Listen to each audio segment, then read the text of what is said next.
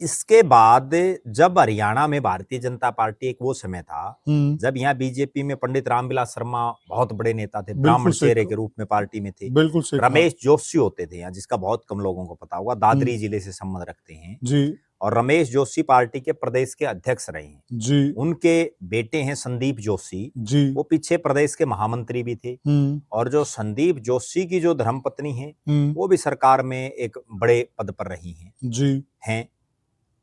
तो कहीं ना कहीं ये कहा जा सकता है कि एक तो 2024 के से पहले, इस साल के शुरू से पहले भारतीय जनता पार्टी में ब्राह्मण चेहरों का कहीं ना कहीं आधिपत्य था, अच्छा खासा वजूद था। और जो ही 2024 शुरू हुई उस समय 3 ब्राह्मण चेहरे भारतीय जनता पार्टी की तरफ से जी देश की संसद में बैठते थे। अरविंद शर्मा रोहतक से एमपी, रमेश कौशिक सोनीपत से एमपी, जनरल डीपी वत्स राज्यसभा के सदस्य जी, और कार्तिकेय शर्मा बीजेपी के समर्थित थे। बिल्कुल सही कहा। उस लिहाज से देखें तो 4 होगी जी। लेकिन 2024 जैसे ही शुरू हुआ सबसे पहले नाम कटा डीपी वत्स का जी। डीपी वत्स की जगह बना दी गई सुभाष बराला जी, जो जाट समाज से आते हैं। बिल्कुल सही कहा। तो वहीं से ये कटौती होनी शुरू हुई।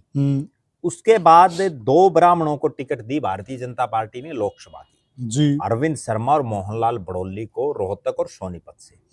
लेकिन दोनों ही सीटों पर दोनों हार गए जी, जिसकी वजह से ब्राह्मण समाज का लोकसभा में शून्य हो गया, जो बीजेपी की तरफ से। बिल्कुल हरियाणा में लोकसभा में भी हो गया शून्य और राज्यसभा में भी, क्योंकि कार्तिकेय तो निर्दलीय हैं जी जी, तो डीपी वत्स के मार्फत वो भी 0 हो गया जी।